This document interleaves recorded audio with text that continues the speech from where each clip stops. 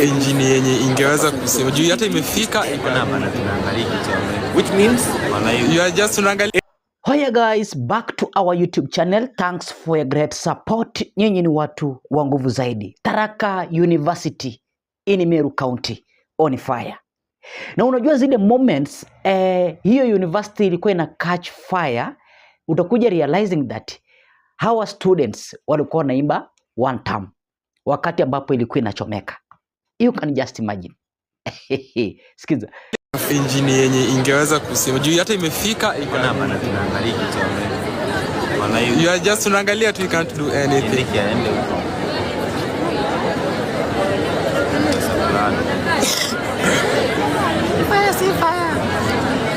Mkondo Steve sema Dragon Fire Mototest ni vile watu wengi antam.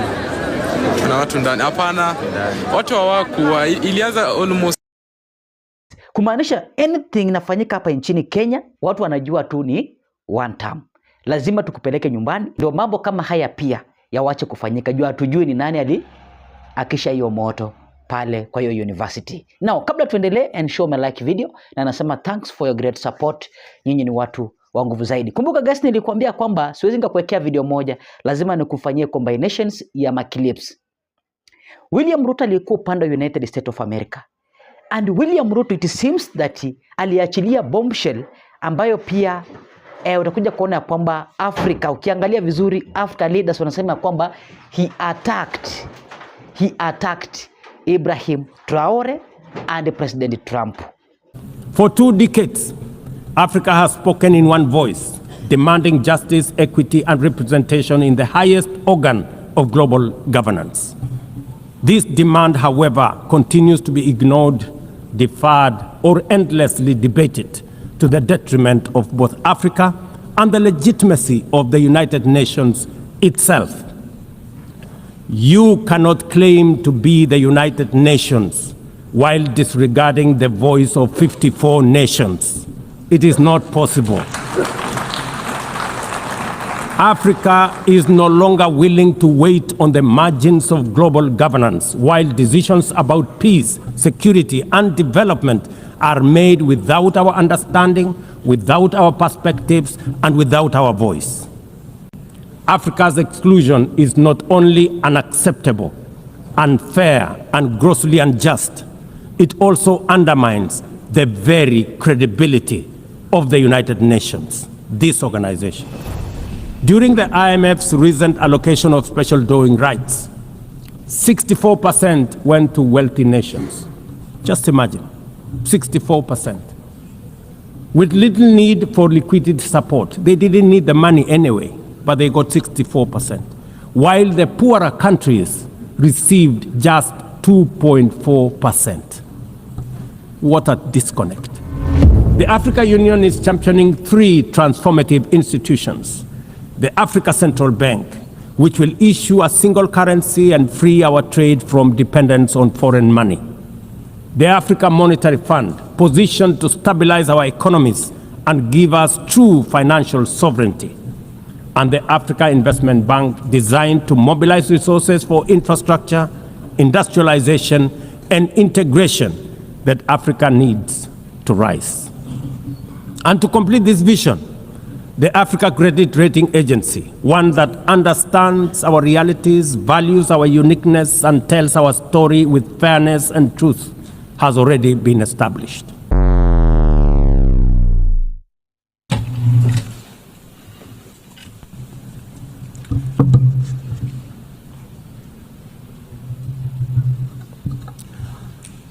Madam President, the President of the 88th session of the UN General Assembly, Madam Annalena Baerbock, Secretary General of the United Nations, Antonio Guterres, Excellencies, Heads of State and Government, distinguished delegates, ladies and gentlemen. I congratulate you, Madam President, on your election to preside over the 80th session of the UN General Assembly. Madam President, you can count on Kenya's full support throughout your tenure as you steer the Assembly into the future. Ladies and gentlemen, 8 years ago, in the aftermath of the unprecedented global destruction and devastating war, the international community came together in hope. They created this organization, the United Nations, as a shield against the horrors of war, as a platform for dialogue, and as a bridge to a better, fairer, more secure global community. What is often forgotten or not mentioned today is that the United Nations grew out of the failure of the League of Nations that existed between 1919 and 1945. The League of Nations did not collapse for lack of good intentions or noble objectives. Formed at the end of the First World War and as part of the Treaty of Versailles, it was humanity's first attempt to build a permanent international organization to stop aggression and war and bring nations together. Its ambitions were to achieve collective global security, disarmament, peaceful dispute resolution, and cooperation on humanitarian and social issues. Despite these ideals, the League of Nations failed. The United States never joined, other great powers came and went, and without enforcement authority, its condemnation carried little weight. When Japan invaded Manchuria, when Italy marched into Ethiopia, and when Hitler openly defied its rules, the League stood by, helpless and powerless. By the late 1930s, its credibility had collapsed, and with the outbreak of the World War II, it was rendered irrelevant. Madam President, this history is both a lesson and a warning. Institutions rarely fail because they lack vision or ideals. More often, they drift into irrelevance when they do not adapt, when they hesitate to act, and when they lose legitimacy. To remain relevant, institutions must be reimagined, must be reformed, renewed, and aligned with emerging realities. 8 decades ago, the founders of the UN sought to correct the failures of the League of Nations by creating a stronger, more inclusive organization anchored in the principles of, and I quote, "We the people of the United Nations, determined to save succeeding generations from the scourge of war," end of quote. Today, we are gathered for the UN at 80. The question is unavoidable. Is the United Nations relevant to the demands of our time?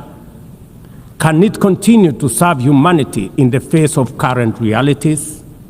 Or has it become a relic of a bygone era? Madam President, Excellencies, we meet against a grim global backdrop. Conflict rages in Eastern Europe, the Middle East, the Sahel, the Horn of Africa, and beyond. Climate disasters grow fiercer by the day. Inequality deepens, pandemics loom, and technological disruptions outpaces governance. Instead of trust, mistrust is spreading. Instead of solidarity, fragmentation is taking root. In place of hope, anxiety fills our global community. We are living, to borrow from the words of the founders of this institution, not in larger freedom, but in growing uncertainty. At this moment of turbulence, when we most need a strong United Nations, the organization faces its deepest crisis in credibility and capacity. Funding cuts have paralyzed its operations. Bureaucracy has slowed its response. The Security Council remains frozen in the post-war structures of 1945, unable to act inclusively, with fairness, and with speed. Ladies and gentlemen, I can, however, state with absolute conviction that the United Nations has been one of humanity's greatest achievements. For 8 decades, it has held back the specter of global war, calmed conflicts from Cambodia to Liberia, and stood guard in some of the world's most dangerous places through the courage of its peacemakers and peacekeepers. Few institutions in humanity's history can claim such a legacy.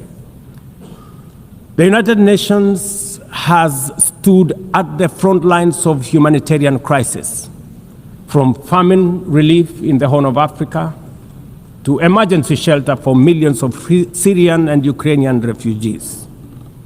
It was at the forefront in the eradication of smallpox, coordinated global responses to HIV and AIDS, Ebola, and COVID-19, and continues to champion universal vaccination. Its agencies have advanced women's rights, protected children, safeguarded refugees, and set global norms on everything from disarmament to climate action. The UN Sustainable Development Goals remain a shared blueprint for human progress.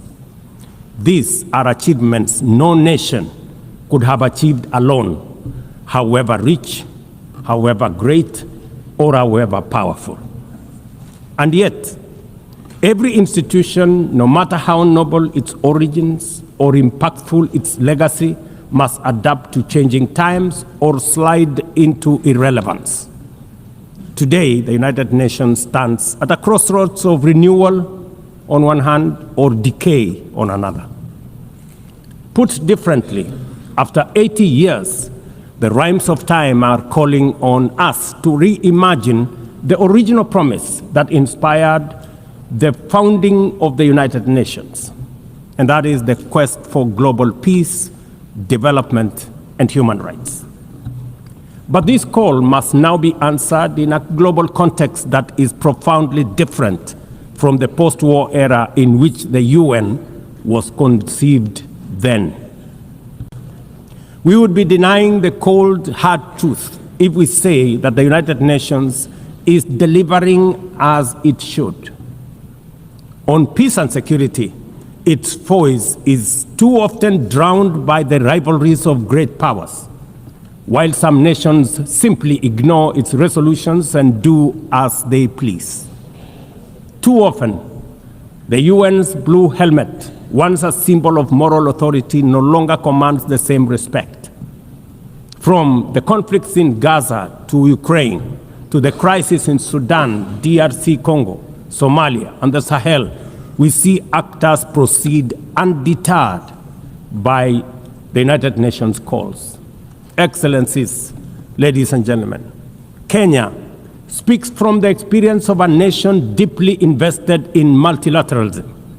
For decades, we have placed our troops and police in harm's way for peacekeeping missions across Africa and beyond, from Somalia to Democratic Republic of Congo, from South Sudan to most recently in our neighborhood here in Haiti. Over the past 15 months, we are proud to have led the multinational security support mission in Haiti, not because it has been easy, but because solidarity is the essence of the United Nations. Number 2, hapa nchini Kenya, I told you that Stephen Kalonzo Musyoka hawezi kubali kuwa deputy president this time round. Juu anasema ya kwamba yeye amejaribu kuwa mvumilivu miaka mingi. Unaona watu wangu, na hataendelea kuwa mvumilivu kwa miaka zenye zimebaki. Lazima pia apeperushe bendera. Anatuambia kwamba yeye hana interest na Fred Okengo Matiang'i. Why?